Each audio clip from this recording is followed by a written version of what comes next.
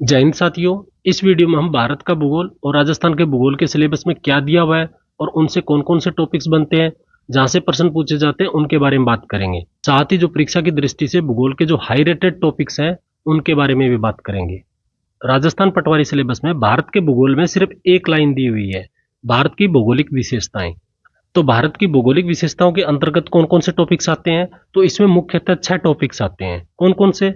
भारत का भौगोलिक विस्तार, भौतिक प्रदेश जो 5 भागों में बंटता है, उसके बाद में भारत की जलवायु, उसके बाद में नदियां, हिमालय और प्रायद्वीपीय दोनों प्रकार की नदियां, भारत की प्राकृतिक वनस्पति और वन्य जीव, और भारत की प्राकृतिक आपदाएं। तो पहले टॉपिक के बारे में बात करते हैं, भारत की भौगोलिक विस्तार। इसका अक्षांशीय, देशांतरीय, भारत का कितनी सीमाएं कहाँ लगती है, तटीय सीमा कितनी है, स्थलीय सीमा कितनी है, तो इसमें आपको ये पढ़ना है। उसके बाद है भौतिक प्रदेश। भारत के भौतिक प्रदेश को 5 भागों में बांटा गया। कौन कौन सा? पहला उत्तर का पर्वतीय प्रदेश, दूसरा भारत का विशाल मैदान, तीसरा प्रायद्वीपीय पठार, चौथा थार का मरुस्थल, पांचवा तटीय द्वीप। ये जो 5 टॉपिक है इनको आपको देखना है।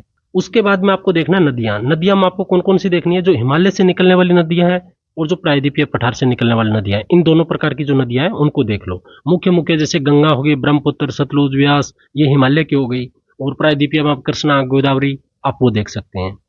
उसके बाद है प्राकृतिक वनस्पति एवं वन्य जीव। इसमें आप जितने भी फॉरेस्ट रिपोर्ट है, वन से रिलेटेड जो भी कोई चीज है, नई रिपोर्ट आई है, वो चीज आप इसमें देख सकते हैं। घास के मैदान तो कोई ऐसे फेमस है नहीं जो परीक्षा में पूछे जा सकते हैं। ज्यादा चांस है भारत की वन रिपोर्ट है, उसको आप अच्छे से देख लीजिए, कितना पिछले की तुलना में कितना ग्रोथ हुआ है और वर्तमान स्थिति क्या है। प्राकृतिक आपदाओं में जितनी भी पिछले 5-4 साल में जो प्राकृतिक आपदाएं आई है उनको आप देख लीजिए। सिर्फ याद रखना जो प्राकृतिक आपदाएं हैं, और प्राकृतिक आपदाएं कैसे? जैसे कोई तूफान आ गया, कोई भूकंप आ गया, इस टाइप से। अब देखिए राजस्थान के भूगोल के बारे में क्या दे रखा है सिलेबस में। राजस्थान के भूगोल में सिर्फ और सिर्फ एक बात लिख रखा है कि भूगोल। अब भूगोल में तो बहुत बड़ा है, ऐसे तो आप 500 पेज की बुक पढ़ लो, कोई मतलब नहीं निकलता। लेकिन जर्नली सिर्फ एक शब्द दिया है भूगोल, तो इसका मतलब बहुत सरफेस लेवल से प्रश्न पूछा जाएगा, कोई डेप्थ में जाने की जरूरत नहीं है। फिर भी आपको राजस्थान का भूगोल पूरा देखना पड़ेगा, लेकिन देखना कैसे है? बिल्कुल सरफेस लेवल पर। आप देखिए पहला पॉइंट है भौगोलिक स्थिति, दूसरा पॉइंट है स्थलाकृति, आगे देखो तीसरा पॉइंट है जलवायु, चौथा पॉइंट है नदियां और झीलें, पांचवा पॉइंट है मिट्टी, छठा पॉइंट है वन्य जीव एवं राष्ट्रीय उद्यान, छठा कृषि एवं सिंचाई परियोजना, आठवां परिवहन, और नौवां महत्वपूर्ण पर्यटन स्थल। ये जो 9 टॉपिक्स हैं इनको आप सरसरी नजर से आप देख सकते हैं, कोई ज्यादा डेप्थ में जाने की जरूरत नहीं, लेकिन सामान्य परिचय आपको होना चाहिए। आइए पहले टॉपिक के बारे में बात करते हैं, भौगोलिक स्थिति। इसमें आपको क्या देखना है? राजस्थान की अक्षांशीय स्थिति क्या है, देशांतरीय स्थिति क्या है, राजस्थान का क्षेत्रफल कितना है, तो ये चीजें आपको देखना है क्षेत्रफल में, इससे ज्यादा कुछ नहीं। सीमा क्षेत्र पाकिस्तान से कितनी लग रही है, उसकी कुल कितना किलोमीटर की दूरी है, राज्यों से किनसे सबसे ज्यादा लगती है, सबसे कम सीमा किससे लगती है। उसके बाद स्थलाकृति, ये एक बहुत महत्वपूर्ण टॉपिक है, यहाँ से प्रश्न मान के चलो आप 1% तो कन्फर्म है। स्थलाकृति में आपको क्या पढ़ना है? तो राजस्थान को हम वैसे ही 4 भागों में बांटते हैं, मरुस्थलीय प्रदेश, और दूसरे नाम से हम उत्तर पश्चिम मरुस्थलीय प्रदेश बोलते हैं। उसके बाद में अरावली पर्वतीय प्रदेश, उसके बाद में पूर्वी मैदान और दक्षिणी पूर्वी का पठार। इनको आप सरसरी नजर से देखना है, मतलब 2-2, 3-3 पेज में आपको इतना पता होना चाहिए कि मरुस्थलीय प्रदेश इसमें क्या है, ये भी 2 भागों में बंट जाता है, इसमें क्या क्या दिया हुआ है, थोड़ा सा आप देख लेना है। अरावली प्रदेश, अरावली प्रदेश को 3 भागों में बांटा गया, उत्तरी अरावली, मध्य अरावली, दक्षिणी अरावली। उत्तरी अरावली की कोई खास विशेषता क्या है, मध्य अरावली की खास विशेषता क्या है, और दक्षिणी अरावली की खास विशेषता क्या है, उसमें कुछ पठार है वो आपको देखना है।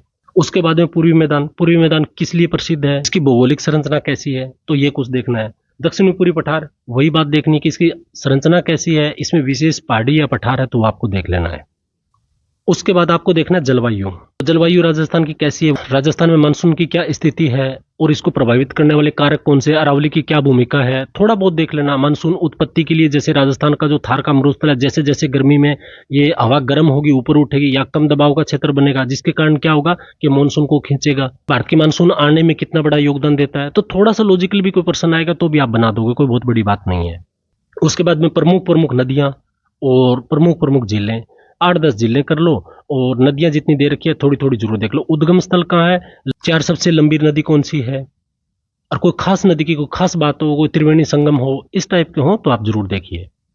उसके बाद है मिट्टी, जो वैज्ञानिक पद्धति से जो बांट रखा है, एरिडोसोल, इस टाइप के जो दे रखे हैं उसको आप देख लो कौन सा क्षेत्र में कौन सा है। उसके बाद वन्य जीव अभ्यारण्य, आपको राष्ट्रीय उद्यान देखना है कि राजस्थान के जो कौन कौन से हैं।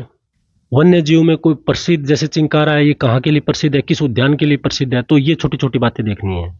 उसके बाद में आपको देखना है कृषि एवं सिंचाई परियोजना। कृषि में जो राजस्थान उसमें डोमिनेट करता है, आपको देखना है। परिवहन का टॉपिक ऐसा है, आप देख लीजिए, सबसे लंबा कोई बहुत महत्वपूर्ण है तो 2-4, इससे ज्यादा इसमें आप इस पर्पज में मत पढ़िए, इससे प्रश्न ज्यादा बनते मुझे नहीं लग रहे।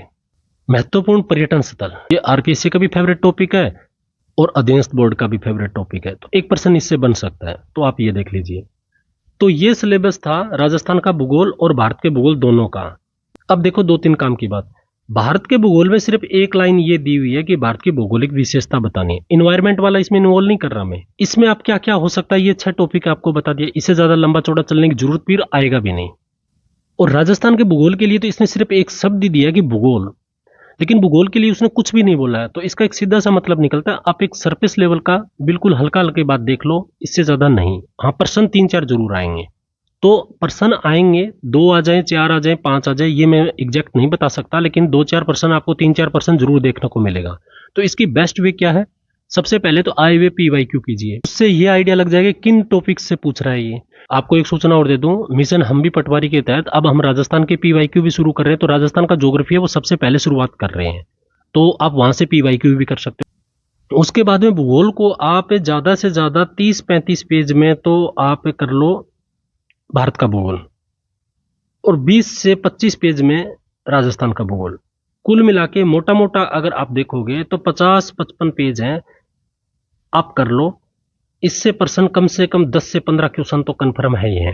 अगर आपको पूरा पटवारी का सिलेबस देखना है तो हमारे चैनल पर चेक कीजिए, उस पर वीडियो अपलोड कर रखी है, आप वहां से देख सकते हैं। और सिलेबस के बारे में आपकी क्या राय है, आपका कितना तैयार होगा, कितना रह गया, कमेंट करके जरूर बताइए।